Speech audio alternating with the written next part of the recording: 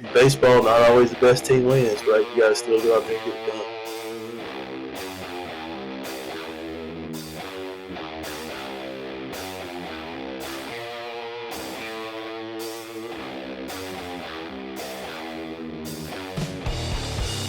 Hello, everyone. Welcome inside the Red Earth Production Studios for this edition of YBMcast Baseball Talk, powered by Game 7 Baseball, game7baseball.com.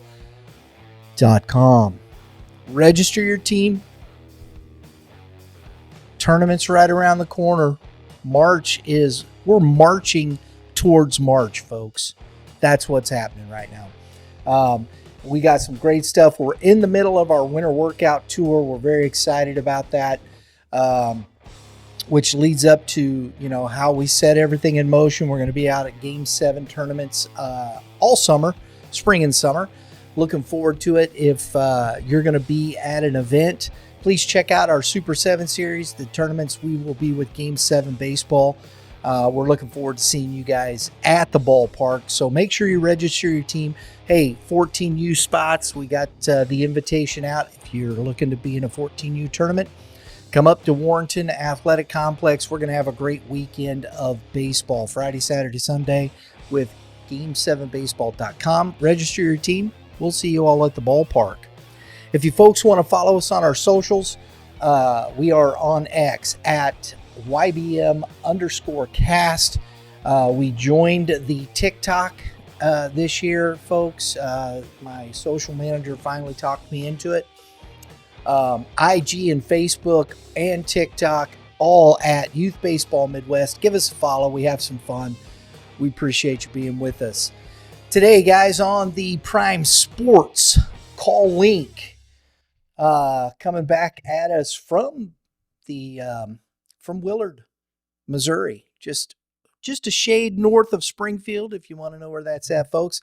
The head coach at Willard High School, Scott McGee. Coach, how you doing, buddy? Doing great. Before this snow all gets here this weekend, trying to get a little baseball in. So we're doing great. Very good. You got some weather for it down there? You're pretty good?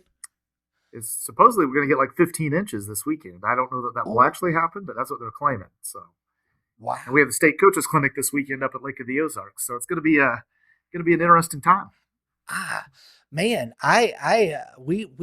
they said they put it back in our forecast. They'd taken it out. Now it's back in. We're talking 1 to 3. You're talking 15 inches down there. That seems crazy. Yeah, they're saying Southwest Missouri, Northwest Arkansas is going to get hit pretty heavily. Oh boy. Yeah. Well, it is winter, right? That's what happens. And as always, the guru himself, Mr. Kevin Mulder, Prep Baseball. Kevin, always a pleasure. Yeah, excited to be here. And that snow, it looks like it's going to miss us south, Brian. That's going to be, and our southern friends handle it so well. So it'll be, that could shut people down for a while down there. Yeah, that's no bueno. I remember I was 12 years old, maybe 11. I was 12 years old. My dad was pastoring in Sierra Vista, Arizona, which is in southern Arizona, Coronado Mountains. You wouldn't think it. This freak snowstorm come through. We got 12 inches of snow, and they're bringing snow plows and all snow removal equipment from Flagstaff, Arizona, where their snow happens all the time. And we were out of school for a whole week, man. It was fantastic. It was like, yeah, there's no such thing as snow days in southern Arizona. Oh, man. Oh, always love it. Guys, Prime Sports, a fantastic partner with Youth Baseball Midwest. Hey, go check them out. 3 locations. The one in St. Peter, I think, is still closed, but Fenton, Chesterfield, go check them out online at primesportsmw.com, the official gear provider of Youth Baseball Midwest. We appreciate them being with us. And also, if you're part of the YBM Club and you've joined the YBM Club, we appreciate that support. You also 10% off your in-store purchases at those locations. Go check it out. We're working on, I think, online too. I'd have to ask Lauren. But as a member, you get an extra 10% off. So go check it out. They got a bat demo deal going on right now. It's great stuff over at Prime Sports. And the YBM Club, it's off to a good start. We appreciate those folks who are joining, becoming legacy members. 50% off the full year price. We're dropping coaches previews. We've got some player spotlights up. We got some more things going on there. We're making our rounds. We were just at a practice facility last night with the St. Louis Pirates organization. Back in the day with Rick Strickland, he's moved on. Justin Rosen is rolling that. Had a great time over there last night, so that'll be dropping here before too long. We're going to be heading back down, go see the Jackson Tribe. We're going to be traveling all over the place, folks. So it's a lot of fun, and we're going to be down in the Springfield area too. We're going to catch up with all the folks down there, and which we're going to talk a little Southwest baseball today. Some good stuff happening down there. Speaking of the Missouri High School Baseball Coach Association Clinic, Scott, this is the big event for the coaches. What do you take from this? Why do you participate? I think Brian Harmon, who's taken over as president, has really modernized the clinic and done some really good things. They do a couple hot stove sessions where you'll have some coaches from around the state come up and talk. Tony Perkins did some really good things last year at that. I think it's just really good to get together and start to bounce ideas off each other. It's not even necessarily the clinicians and the speakers. It's the conversations you get to have afterwards, or some guys that you see from around the state that you get to kind of bounce some ideas off of and see exactly how they're running things.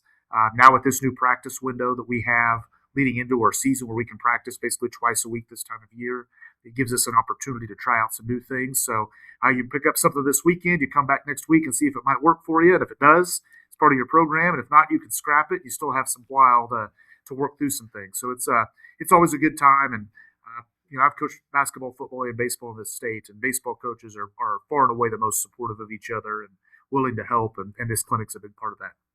You mentioned that you now get those two practices per week. How did that come about? Yeah, the coaches, and this is true of all sports now, kind of petitioned this, and the state decided to add it in as a way to get real practice time, not just open facilities leading into your season.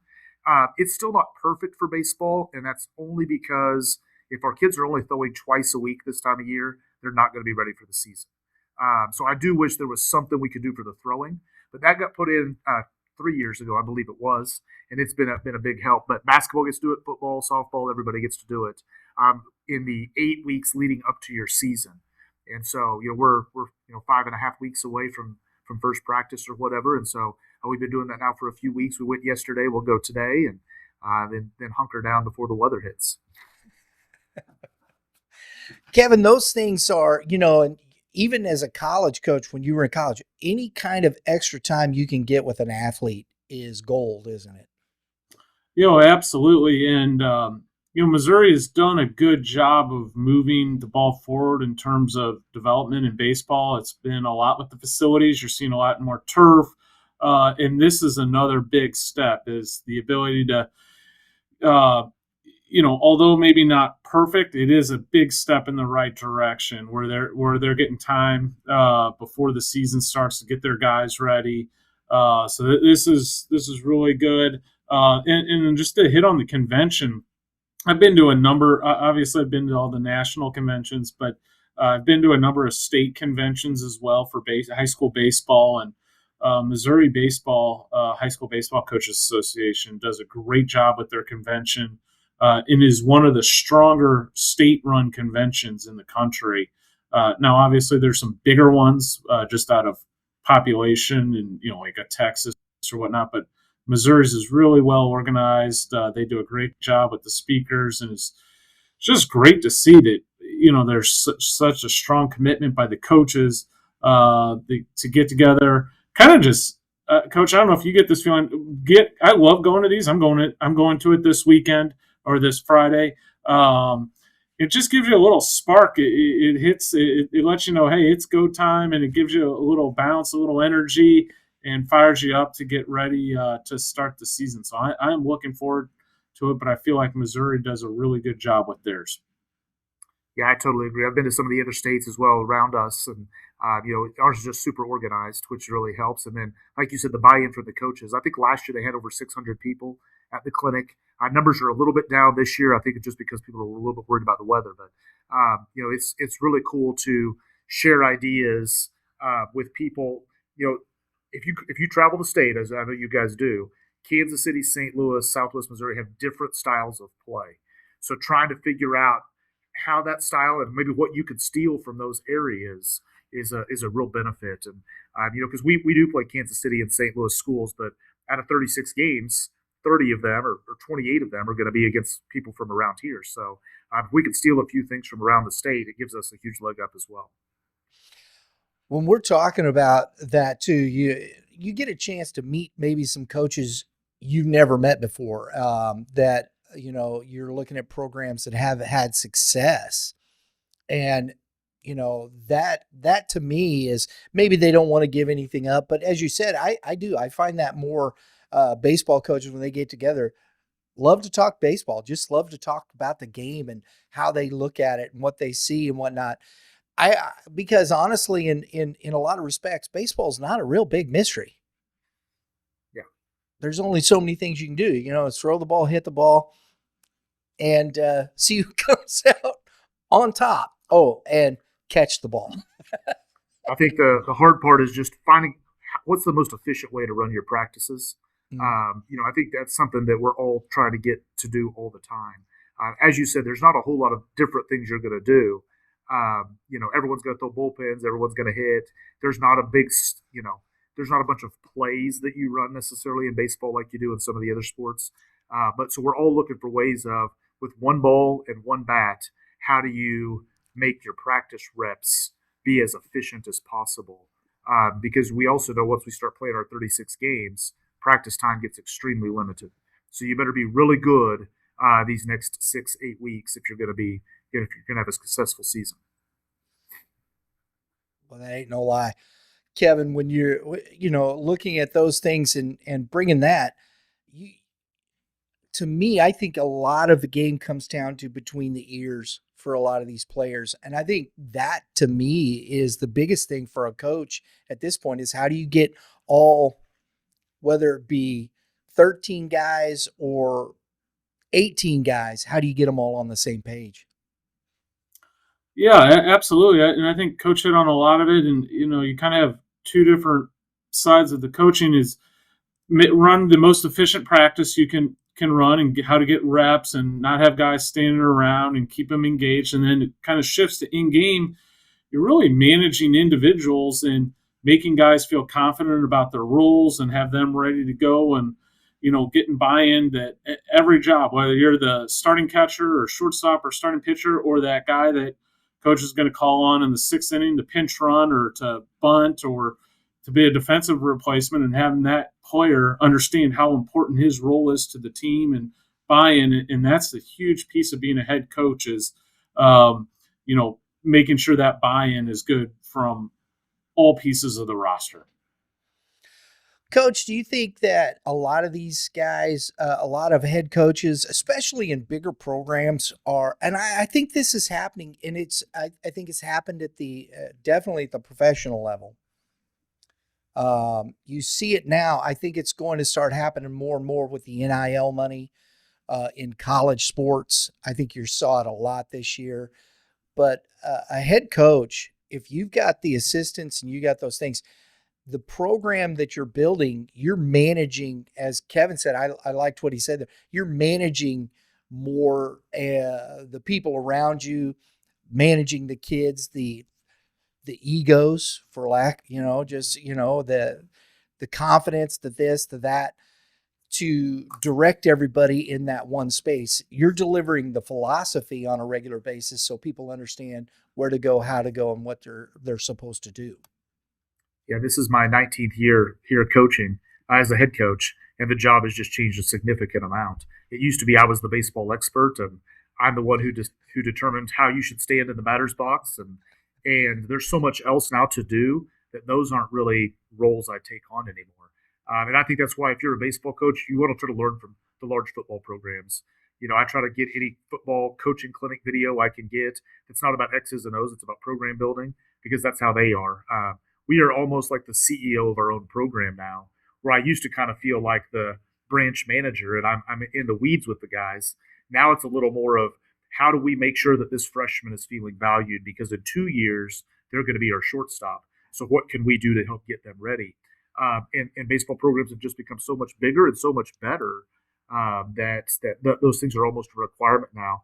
That puts a lot more of the teaching aspect on our assistant coaches.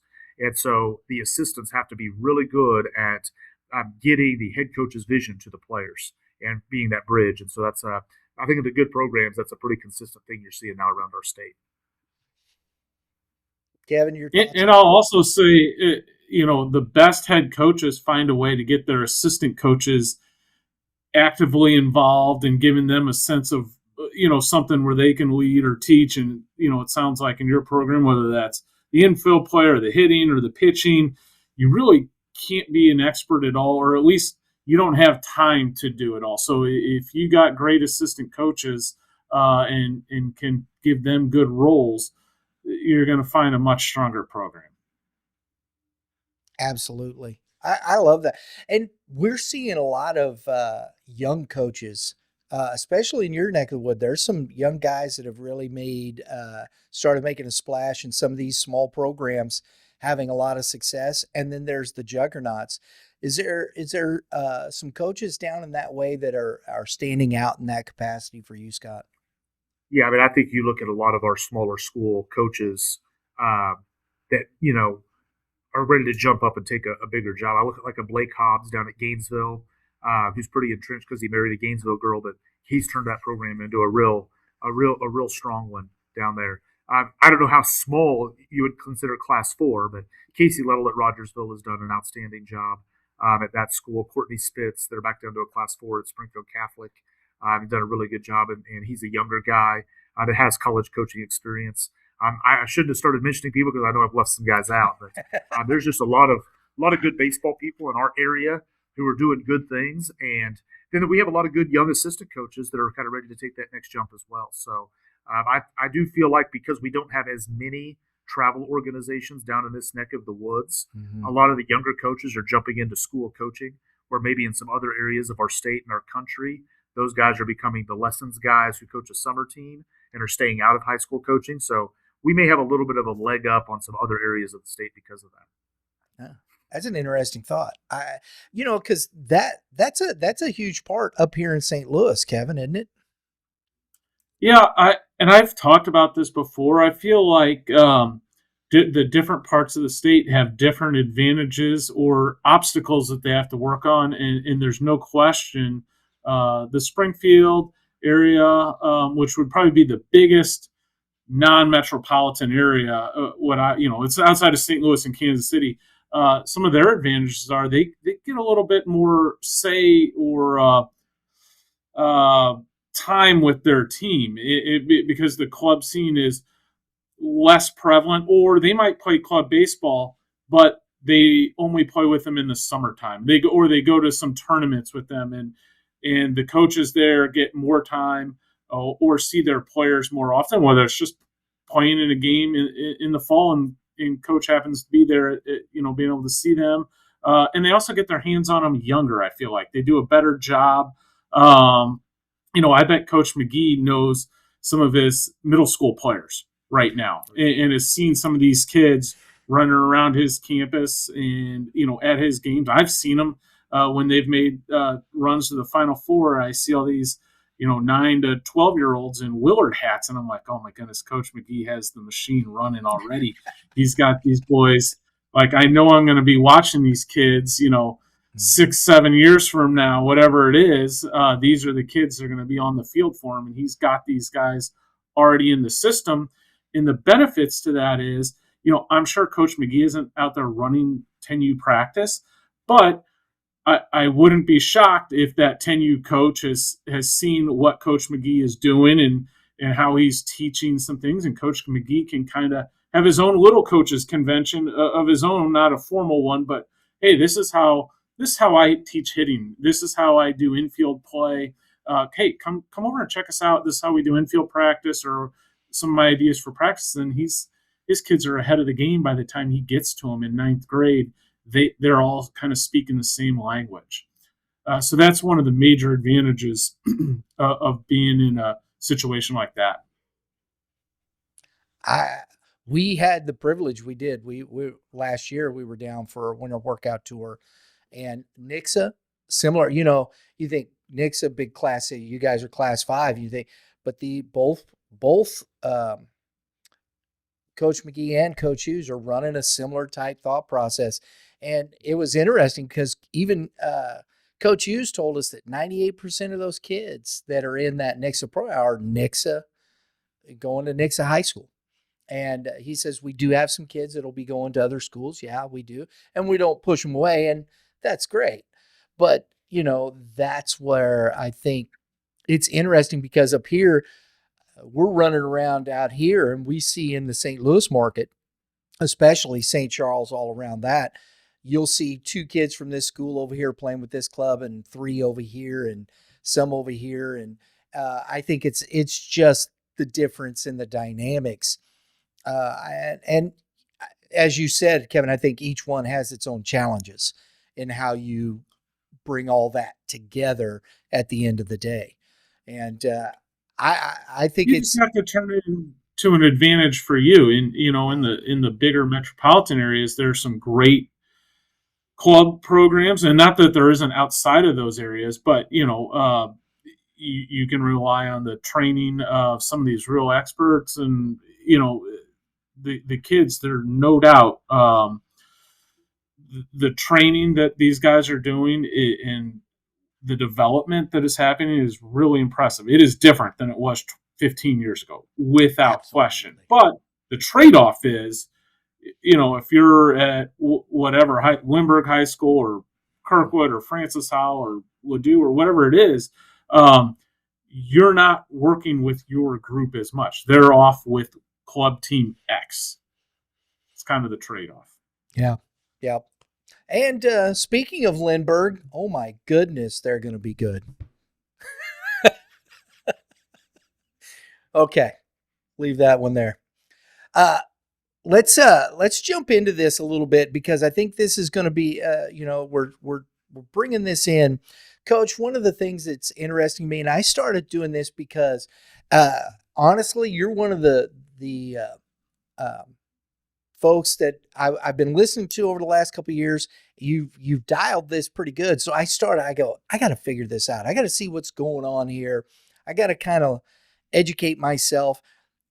So I even built a spreadsheet with the enrollment and going through each districts, and started looking at these things and starting to learn kind of how the movement of things work within the state of Missouri when they start looking at districts and things of that nature, because it does change, and the ebbs and flows of some of these schools, and then with the championship points, and it becomes kind of tough. And I understand why.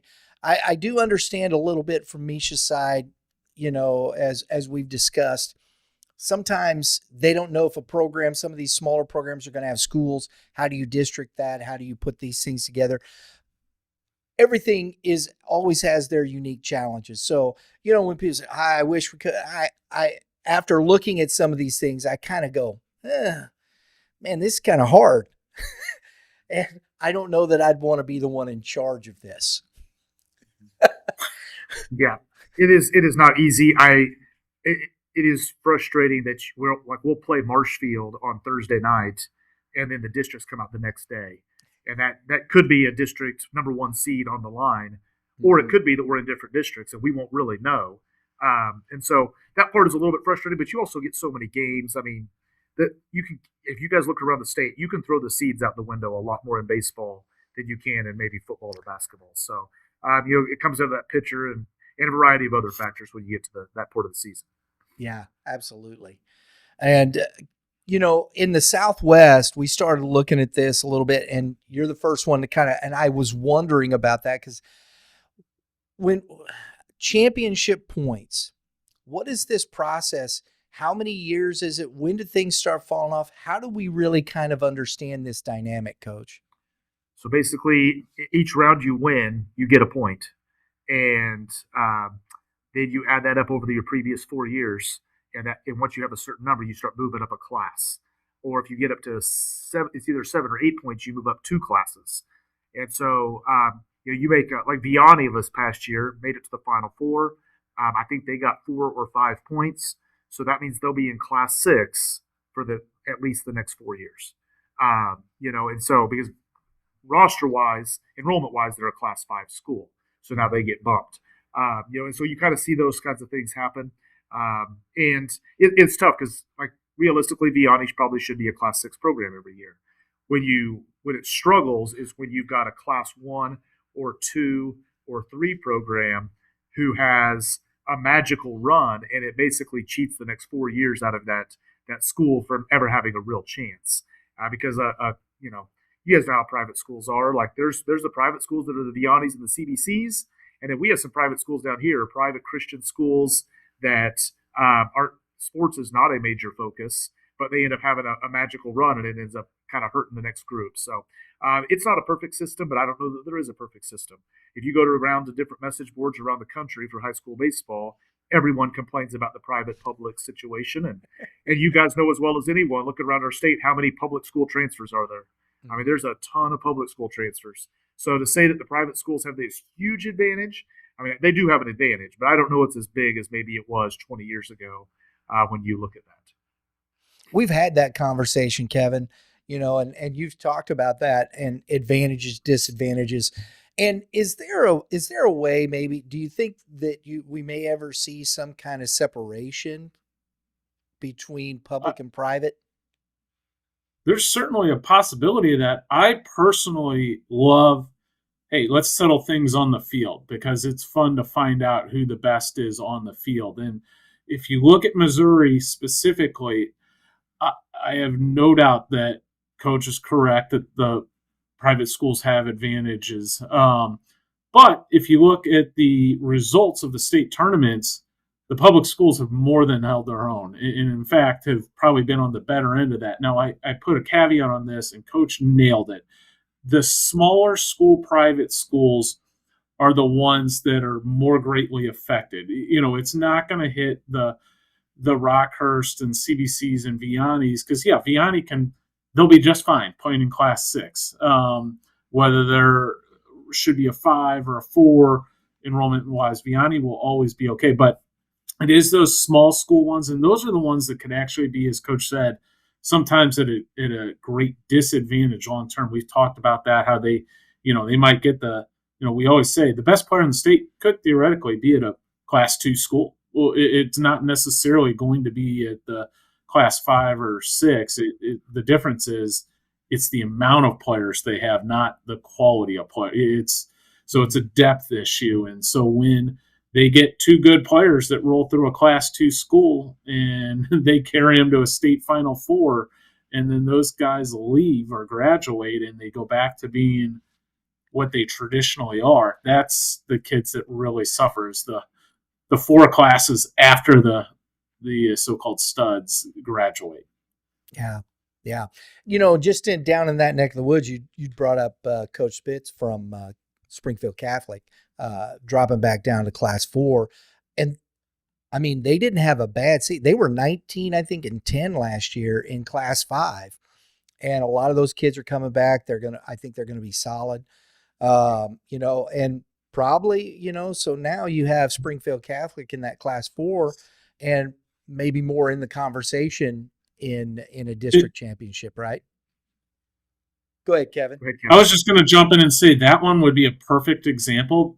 Springfield Catholic was riding off the, they had Ben Smith and Coleman Morrison for a couple of years. Mm-hmm. And then those 2 big guys leave. Both are playing college baseball at a pretty high level. And then, Springfield Catholic's playing at a couple levels above where they, are enrollment wise. And, they probably don't fit in with a Vianney and a Willard. Not saying they couldn't beat either of those teams on a single game, not saying that. What I'm saying is if you're looking at putting them into a district and making a run at a state championship, I think it probably is more fair that they're at the Class 4 level. It's weird that we had a system last year where Vianney and Catholic are the same class.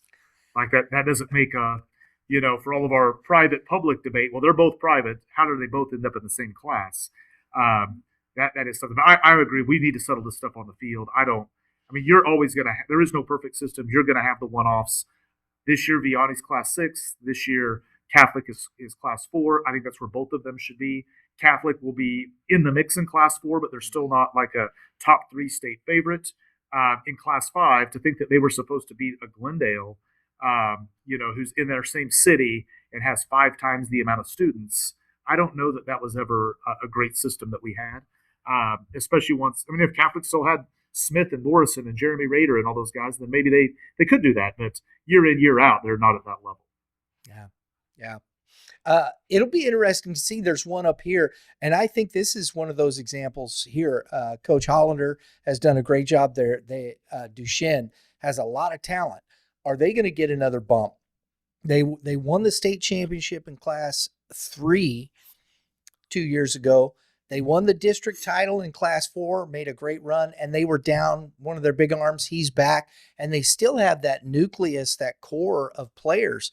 Do they get bumped? And I think that's an interesting question there too, Kevin, as far as championship points for Duchesne. And then where does that go? That's one of those interesting ones. We have a similar thought process here. Yeah, no, absolutely. And I always the first one. I'm not an expert when it comes to the sizing and where teams are going to fit in. I am anxiously awaiting, just like Coach, the day those districts come out to see where everything falls, and then I spend the next hour or two scrolling around looking at where everyone fits in. It's an interesting. It's almost like the March Madness. When the brackets come out, it's kind of the same time of year. And we'll bring one up here as we talk about this, and we kind of in our correspondence, Coach, back and forth, we're talking about Lebanon High School. I was looking at their numbers, their enrollment this year, and I'm like, man, they could be Class 5. And you kind of alluded to, you think they will be, which will make a drastic difference. But where does that go? Because Lebanon, they were driving up here, Class 6 in District 2. What does that do? And again, those are the things to me that are more the difficult questions is who's moved up? How do you reset those? And that becomes a very difficult decision-making process for the folks over at Misha. Yeah, it does. There's a chance like Catholic drops down and Lebanon just replaces them in our district down here in Springfield. But there's also a chance when you start moving it around that Lebanon ends up in the Jeff City area because there's a lot of Class 5 programs there in that region of our state. And then you've got out west, you've got Webb and Carl Junction. They're going up with like Belton and some of those.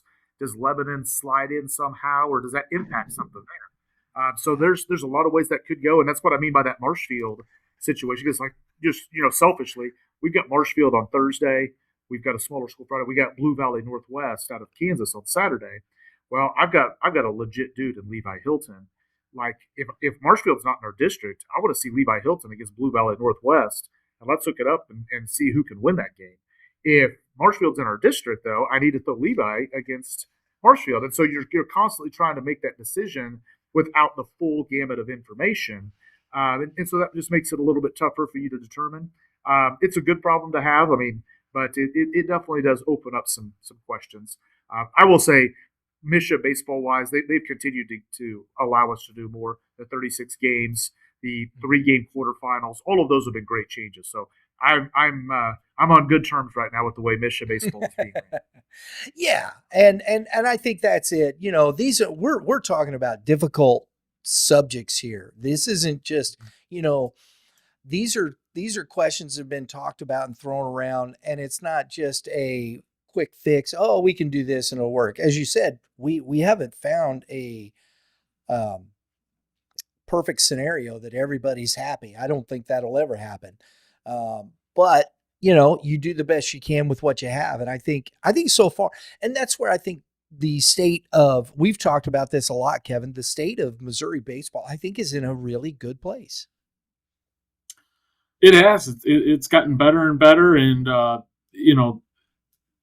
like Coach McGee said, credit to Misha. They've made improvements, and it's showing up on the field. And the state of high school baseball in Missouri has truthfully never been better, in my opinion. There you go. Coach, talking about Lebanon, talking about some of these teams down that way, I wanted to finish up today's talk because there are some seriously really good players. And I know, Fatima's kind of up that way up there a little bit, but Fairgrove and Fatima, they were in a knockdown drag out last year in the state championship. And Fatima looks like they got 3 dudes coming back. We're looking at Class 3 guys, all state from around that area. They got 3 guys coming back, and Blake Clethermus, Colton, I think that is Shulin, and Bryce Weiberg. It looks like Fatima is going to be a tough team to deal with again.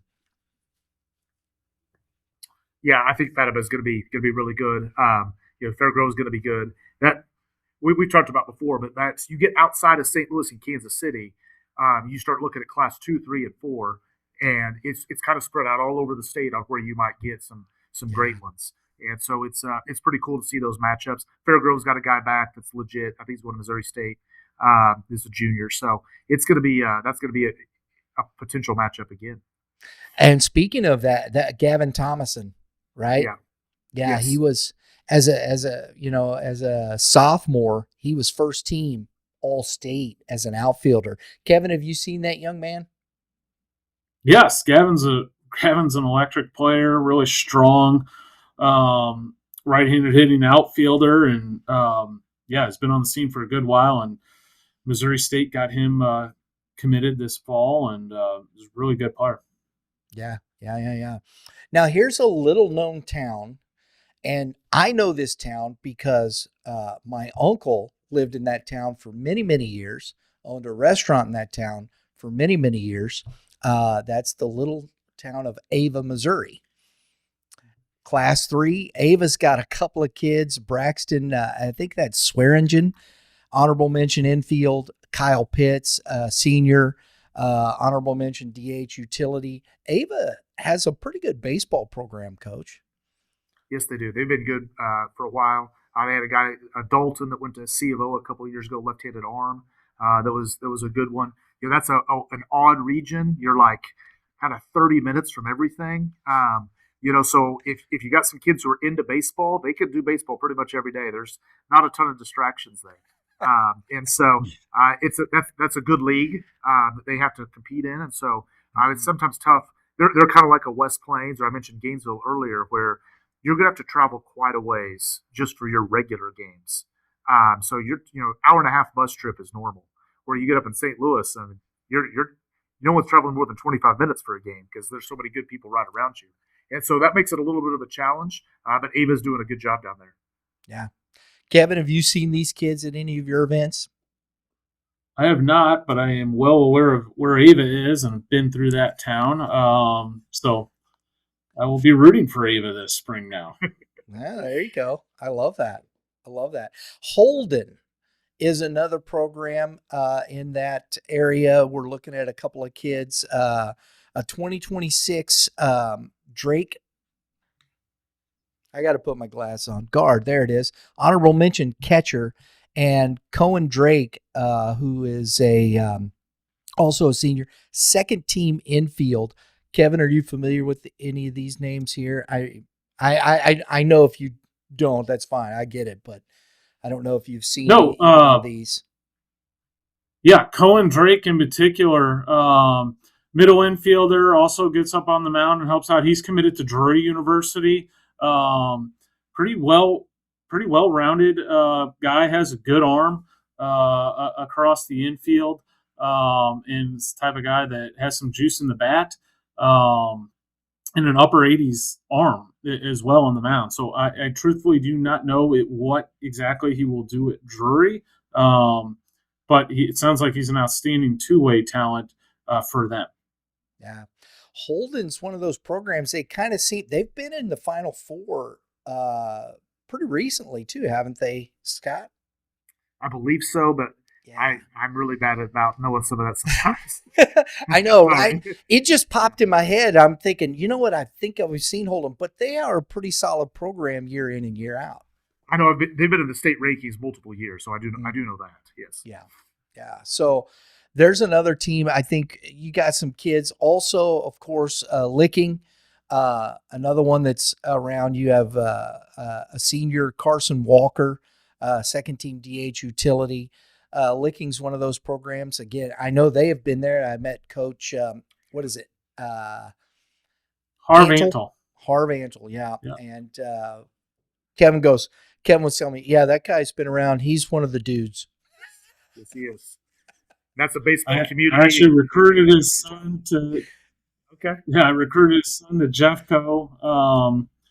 I didn't coach him there. I came over to Pref Baseball, but yeah, Coach Antle does a good job. And they were in the Final Four. What was that? 2 years ago, or was it 3? It's one of those. I think it was 24. Yeah. No, it was 23. It was 23. Okay. Yeah. So they've had a pretty good run. They've got some players. Again, that another program. These small programs, nobody really knows. Like you said, Class 3 and 4. There's some really solid baseball programs, guys that run these programs very well, and talent. It's like, Kevin, this kid's going to Drury. That's a solid Division II program in the state. When you're talking about these kids here, that's a good pickup for Drury. It is, and we've talked about this. Missouri has some great. I'm going to use the term small school colleges, and that is not a district. What I'm basically saying is non-Division I programs.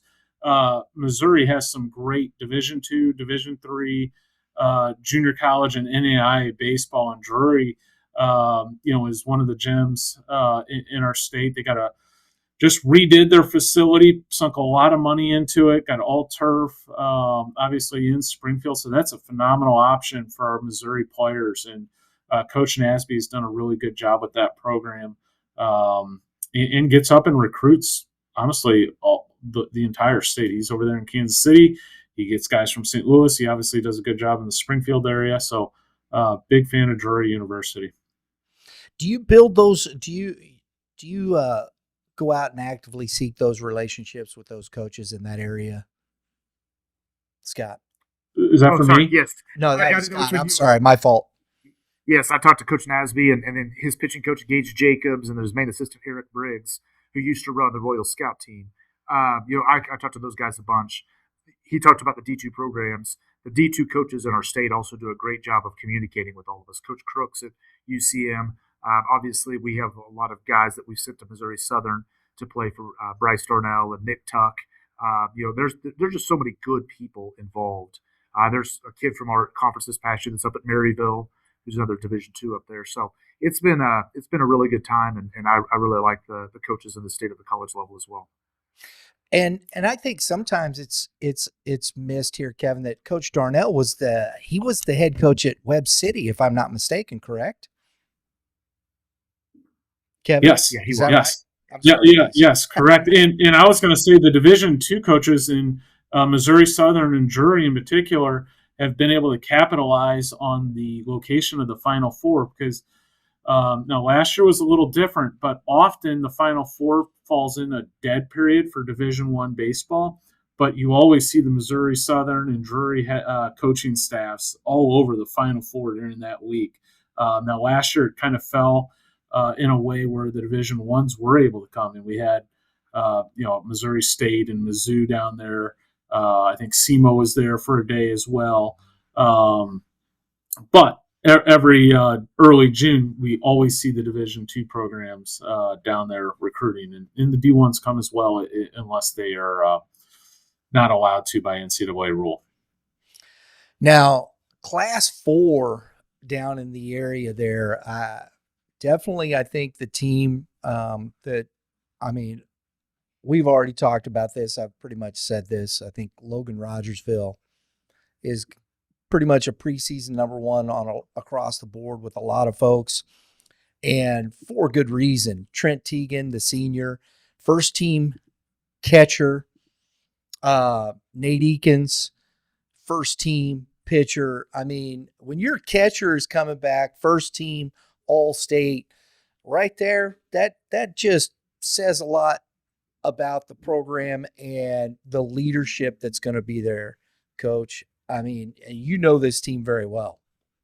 Yeah, I do. Tegan Trent's going to Bellevue out in Nebraska. Good program there. Akins is just a junior, but he's got a lot of upside. They started several freshmen last year that are all now back as sophomores. A lot of multi-sport kids. Their basketball program is really good, and some of these guys play baseball as well. It's going to be it's just Rogersville's in this great situation where they're a smaller school who's getting bigger. They've invested in facilities like a bigger school, but they still have that small school grinder mentality. They just got a bunch of good players. They got a good coaching staff, and they play good people all over the state. So I think it's tough when you're that preseason number one and that target's on your back. But I also think they have a lot of kids who want that target on their back. And Trent and Akins, who I know go to a lot of PBR stuff with Kevin, they do a good job. Did I say his name incorrectly, Kevin? Is it you just flipped it back? You flipped it backwards. Yeah, it's Tegan Trent. Yeah. Okay, my bad. Sorry, Tegan. My bad.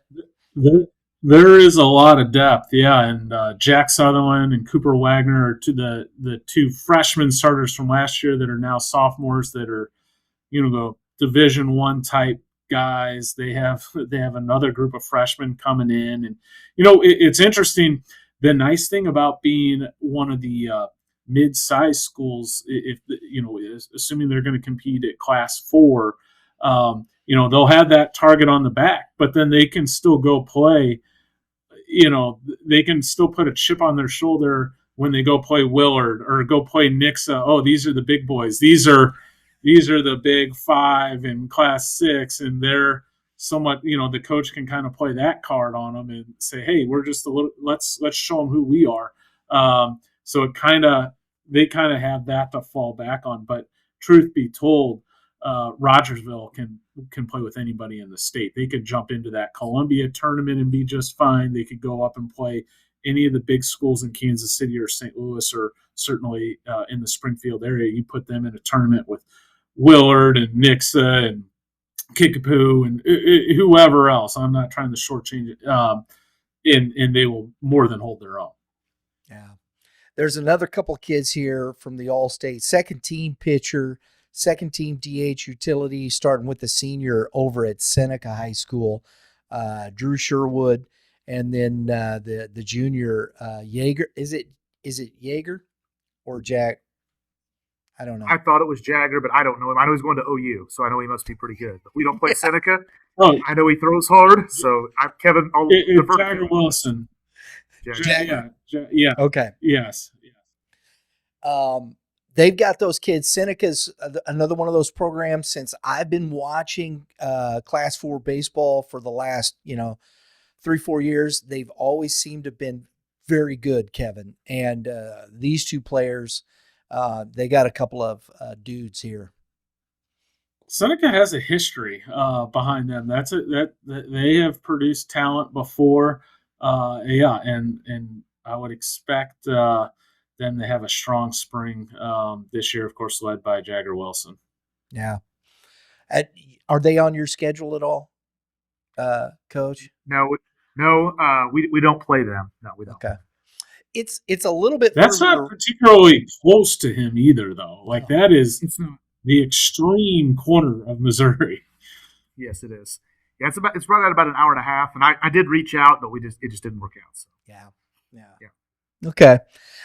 And that's the thing, there you go. Kevin's like, we got to drive an hour and a half. That's hard. You talk about you're leaving school early. How many times? And I think that's another piece to this puzzle. How many times can you actually, is there a rule to that? How often can you get the kids out of class early and drive that far to get to a ball game? Our school is really good about that, so we don't have to worry about that, which is Okay. awesome. I mean, I do try to limit it mainly just from the getting home so late. We start school at 7:25, so when you get home after midnight too often, it gets pretty tough. And that kind of goes to the pros and cons, and just make it like, I'm sure the the schools outside of St. Louis and Kansas City are going to have a lot more flexibility with their coaches on travel and whatnot. And if you're in, you can look at that as a positive. Or if you're a St. Louis or Kansas City area school, the administration might not be as flexible because they might limit your schedule and say, hey, look, you could go play these 40 schools and, they're all within 25, 30 minutes of you. So no, you can't leave at 1:00 today.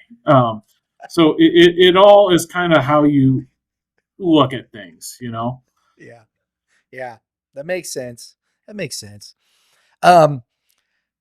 Another couple kids here. One of my favorite, one of my top, I think it's top 10 mascot name there. We're going to get to those. We're going to have some fun here with that for too long. But the Hound Dogs of Aurora. Love that. I did back in the day march in the Aurora Hound Dog Marching Fest. Back in my day, I have been part of that in the parade and everything. So yeah, so a little history there. Not foreign to the state of Missouri, because my family, I still have family that lives in Lebanon and in Springfield and all of that. So very familiar with everything in that southwest part of the state.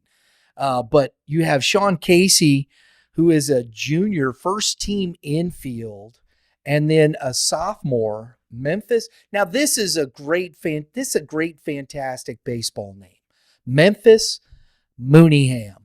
I love that. How do you not be famous if you got a moniker like that, man? You'd love him more if you saw him play too. I will say that about Memphis. He is a hard-nosed, just straight up baseball player. Memphis is a good one. He's an undersized guy, but rock solid, strong kid. Can play the infield or center field type hitter, left-handed hitter, and this is the type of guy, despite being small in stature, that's going to have a chance to be a Division I player. So they got a good one in Aurora, has a good one in Memphis. That program's had a lot of good players. They won a couple state titles back when they had Wyatt Sparks, who got drafted by the Rangers, Gage Singer, who had a good couple of years at Pitt State. Missouri Southern, the big first baseman. I can't remember his name. He hit 20-some bombs in a season at Missouri Southern. Matt Miller, that was his name. So they've been good for a while. They've got a turf field. They turfed before a lot of other people did. We jamboree with them. It's them, us, and Kickapoo, and I really like playing Aurora. They have some good players there. Parker Blackburn was out last year with an injury. He'll be back. Catcher, corner, infield guy that can swing it and pitch. So it's going to be a good group down there. There you go. I love that. And, as a freshman, you honorable mention outfielder. I mean, as a freshman, that's saying something. I don't care what class it is. Well, like Kevin said, he is not a physically developed freshman. Mooneyham is not some kid who's a freshman who's already 6'1", 190. I mean, he's just a highly skilled athletic player. And so be interesting to see what physical projection he gets over the next couple of years. Yeah. I love it. So Aurora, looking forward to it. We'll see what happens. Class 5. That's where the Willard High School lives. And, the young man lead right off there with Levi Hilton. Coach, you've had the pleasure. He started with you as a freshman, didn't he? Yeah. He threw a few innings for us as a freshman and then basically moved right into our rotation as a sophomore and pitched in the state championship game that year. And then he was our number one last year, threw a no-hitter against Nixa. 43 innings, he gave up 17 hits, struck out 60. He threw against the best opponent every week, and it was just really, really good. Got up to 90 a few times in the spring, and then in the summer he was more 87-ish. And so the Division I offers didn't really come. but his fastball is, we've been using a TrackMan occasionally. His spin efficiency is anywhere between 98 and 100%. His ball just absolutely jumps on people, and so he's going to Missouri Southern. I think they got a steal. I think he has a chance to pitch big innings for them early in his career there, and he's gonna have a big season for us this year. Kevin, that's why he's first team All-State. Absolutely, yeah, and Coach knows better than anyone. You got to have, if you're going to make a good run, you need depth, but you also need the big guy up top to set the tone for the team. Having a true number one, I feel like in Missouri high school baseball, at least in Class 5 and 6, you kind of need to have that guy to be able to make a run, because at some point you're going to get into a game that's going to be 1-0, 2-1, 3-2, and it's going to be – you need that type of arm. History has shown to compete for a championship at Class 5 or 6, and Coach certainly has one. Well, Coach, the team that you made mention of throughout who you're going to be playing early in the season, they are littered. They littered the All-State books here with 226s, Carter James and Hunter Fryman, 227s with Jace Badke and Braden Jensen. Marshfield's going to be a handful. Yes, they are. Jensen can really hit. Junior, big first baseman. He's a right guy that's not real tall, so I don't know, college projection-wise. I hate to get into all that, but as far as just a high school hitter, he's about as good as there is in this area. I don't remember how many RBIs he had, but if you told me it was 55, I'd believe you. I mean, he drove in runs left and right last year. Fryman's going to Davidson, Division I program. Athletic guy, plays shortstop for them. I've heard some talk he might be a catcher at college, but he's a good athlete. And then Badke's a good left-handed arm. He's probably going to be their number one, just a pitchability lefty. Velocity's just okay, but he's like 78 to 80, but has a good changeup, and he's a competitor. All those Marshfield guys. So I'm kind of dating myself, but when I was in high school 25 years ago, Marshfield had a group there that came through and was really good, and a lot of those guys now have kids and stuff in these programs that are there. So it's pretty cool to see. Kevin, your thoughts? Yeah, no, Coach nailed it. It's kind of funny. I know Hunter as a catcher, but obviously saw him play short last year as well, and it kind of just goes to you play the position that helps your team the most. But like Coach said, great athlete, and I believe he will do some catching in college. But that's one of the strong teams returning this year, so we'll looking forward to that Willard and Marshfield matchup.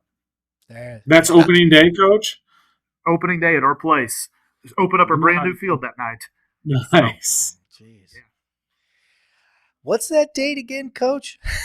It's March 19th. Thursday, March 19th. We may have to put that on the schedule right there, boys and girls. Have to take a trip to Springfield. Oh, yeah. Or Willard, excuse me. Which we did. I love your facility, and with the turf, I'm looking forward to that. That's going to be fantastic. Couple more here, and we talked about Springfield Catholic moving to that 4. They have a first-team All-State catcher in Nate Lask as a senior. Yeah. I mean, when you got that kind of guy behind the plate, it just makes everything better. Kevin, we talk about that. When you talk about you have that guy that can just solidify your team as a general on the field, it makes a big difference, especially in high school baseball. Yeah, Coach, I don't know what you think, and it's really true at every single level, but I feel like it gets magnified at the high school level. There's just not that many game-changing catchers, if you will, at the high school level. So when you get one, it creates a huge impact because it affects you defensively. It helps your pitching. And then on top of it, if your guy can hit as well, then you got, to me, a dynamic catcher would be my first thing I would want. Obviously, maybe behind pitching. But even then, if you got great pitching but no catching, it kind of screws that up too. So I feel like catching is just amplified at the high school level. If you got a good one, that is gold. I think it's probably the biggest discrepancy in positions between the good and bad teams in high school baseball. Like If you're bad at catcher, it's going to be a really long year. And it's hard to get kids that want to catch. There's a lot of demands on catchers, and so that usually ends up with you putting the offense to the back seat. So going back to a kid like Nate Lask, who could really hit. I mean, he's the best hitter in that lineup as a catcher. That's a real asset. He's going to Angelo State, and he's a good offensive player. But yeah, back to your point on catching, I've seen numerous guys that have that arm that's 88, but a catcher can only catch about 78, and it changes the entire way you play. Back our 2021 team that won a state title, the first half of that season, we were having to develop a catcher who ended up being awesome. But I remember there being multiple times when I did not want to call Dalen Stewart's curveball with 2 strikes because I was worried about us catching it. Now our catcher ended up developing into being a great player, but the first half of that season he wasn't ready yet. He developed it, and we won a state title because of it. It's huge. It's just huge, and I think that what you said. There's one last year in the Class 5. Coach McGee and I, we've been talking about teams and whatnot in that area, and he said one that you got to watch for is Carl Junction, and they've got a couple players here in 226 is Brody Pant, second team infield All-State, and is it Vedes? I guess the way you'd pronounce that. It's pronounced Vedix. It looks like an X at the end. Yeah, huh. You would not expect that, but yeah. No, Cooper Vedix, honorable mention DH utility, Carl Junction coach. These kids right here, I don't know much about them. I've heard the name Brody Pant, but I don't know much about these kids. Yeah, he's going to Pitt State. So is their number 1 pitcher, who's a kid named Endicott. It's either Dalton or Deacon. I always flip it, so I don't know which one. Deacon Endicott. Deacon Endicott. Deacon's got a fastball that really plays up. Probably doesn't have quite as much velocity as Hilton, but it's a similar type of profile. And then CJ returns basically everyone. All those guys are good basketball players too. That has been their group. My son's a senior, so he's grown up knowing about those guys. They've been talking about this group of kids since 5th grade, and now they're all seniors. They're going to be good. Like, they've got a lot of experience. They're fundamentally sound. They've got a brand new coach, Brant Schafitzel, who's a good player at Drury, is taking over that program. And they're a real sleeper in Class 5. They're probably in a district with both Webb City and Belton. And Webb's talented. Belton's got Schrum. So if they can get out of that district, they could really make some noise. And, hey, there's a chance we get shipped to that district, or Lebanon does, or Bolivar does. We don't know exactly how that's all going to work out yet. Yeah. Kevin, your thoughts on I don't know if you've seen either one of these guys. No, I have. I've seen Deacon Endicott, and I have seen Brody, and Coach nailed it. Deacon is an exciting arm, and I think Pitt State also got a steal there. Just like Coach, you look up in 2 years, these guys could be big-time college pitchers for my money. So, yeah, Carl Junction's got another good group, and Coach was rolling through that district, and man,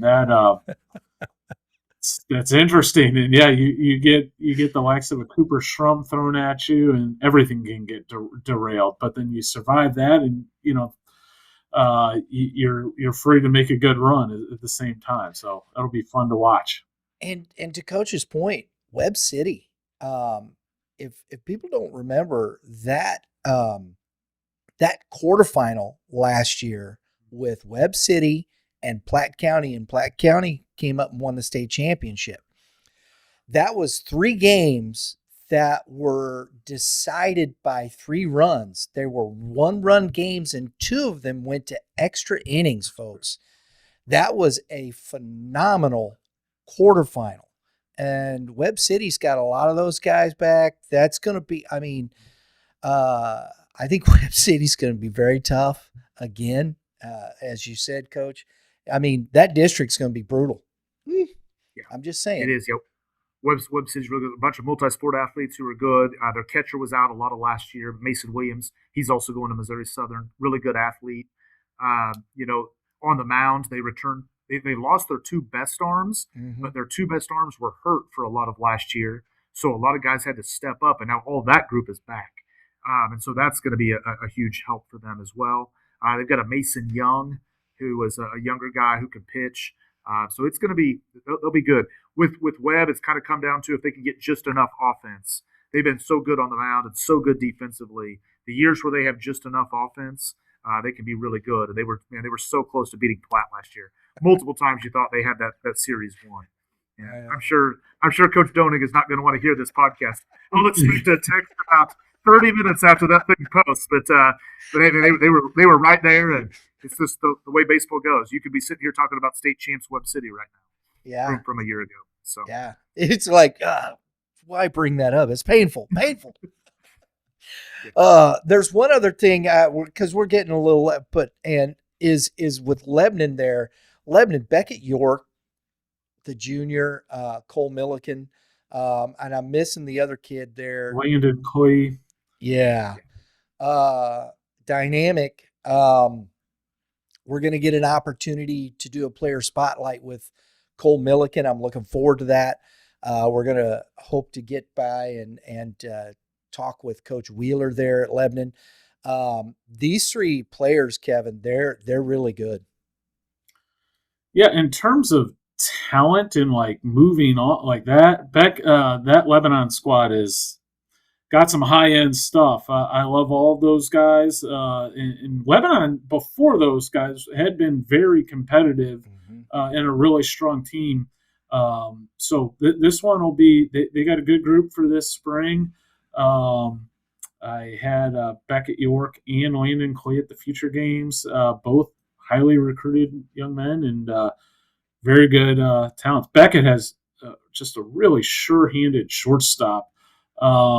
And then Landon's got a world of upside and an interesting athlete. And, at Missouri State, I know they plan on him playing the outfield. I know he plays the infield maybe some in high school as well. So it'll be fun to follow. Absolutely. And, Coach, we said if Lebanon's moving down to that Class 5, I think that sets up, depending upon what district they get in there, if that's the case. It'll be interesting to watch. Yeah, they might just be able to hit their way through a district. When you're hitting those 3, 1, 2, 3, it's a pretty good start. They do have their number one, I believe, is going to SBU to pitch. Kid with last name Shoemaker. So like they'll be right there. It's it's a new coach. There's a bunch of question marks there, I guess you could say. But as far as just offensive talent, they might have as much as anyone in Southwest Missouri. Yeah, there you go. And just a random fact, I believe Beckett York catches for them, despite being a shortstop. So he did last year with a new coach. I'll be interested to see exactly how they handle that. He was a part-time catcher, part-time shortstop last year. So I'll be interested to see exactly how they utilize it with what Coach Wheeler's plans are there. Yeah. I'm looking forward to it because I've been in communication, looking forward to meeting Coach Wheeler and talking to him about that team because I think it's intriguing and you guys just made that point. It's an intriguing team. They're right on that cusp. It really, I think they're one of the more interesting stories of the season, because where Lebanon is and then are they going to be 6, 5? Where does that fall with the talent?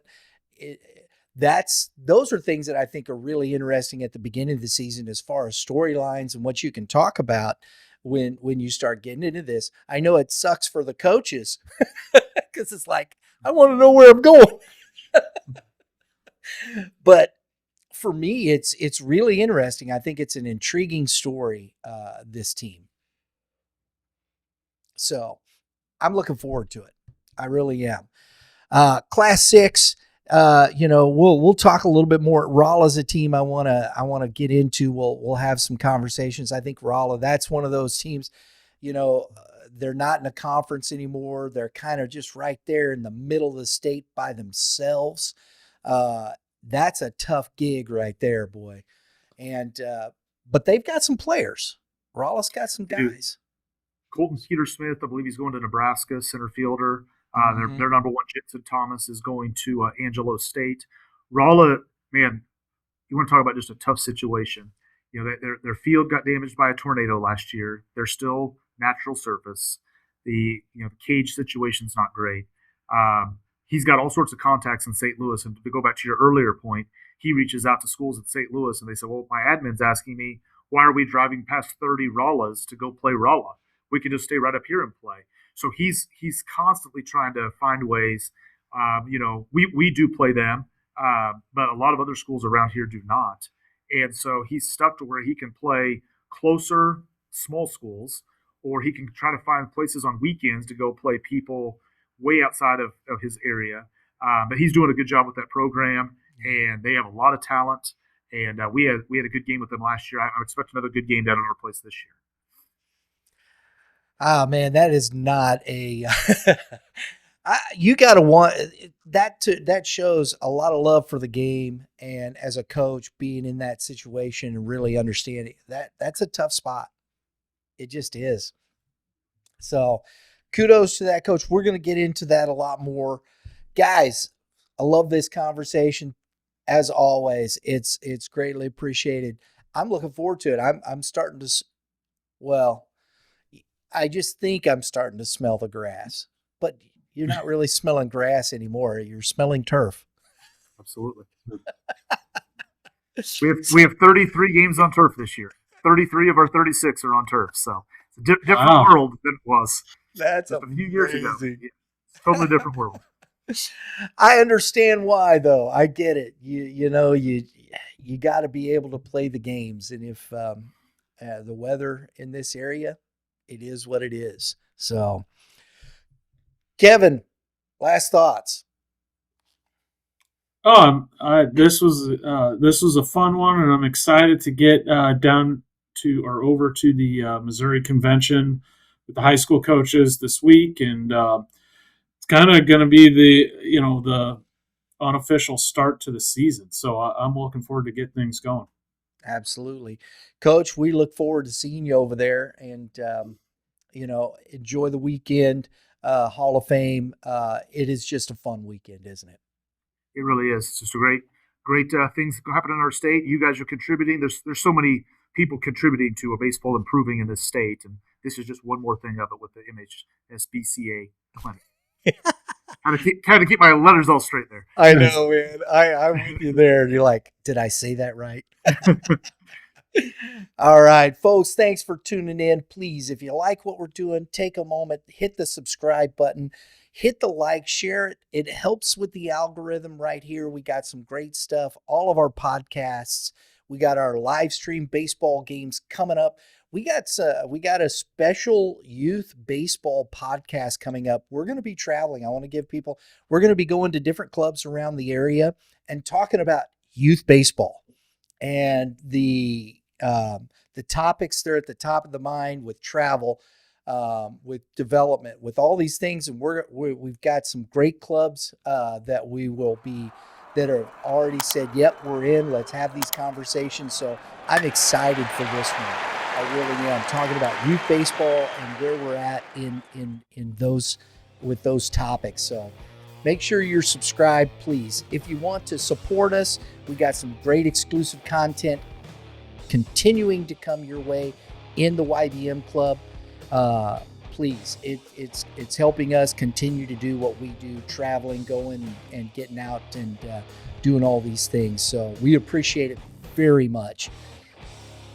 Everybody, thanks for tuning in. Have a great day in the Lord. All you pitchers, Kevin, you know the drill. Keep throwing strikes. Absolutely. And all you hitters, Coach. Hit it right at people's knees as hard as you possibly can. I love that. All right. We'll see you all next time.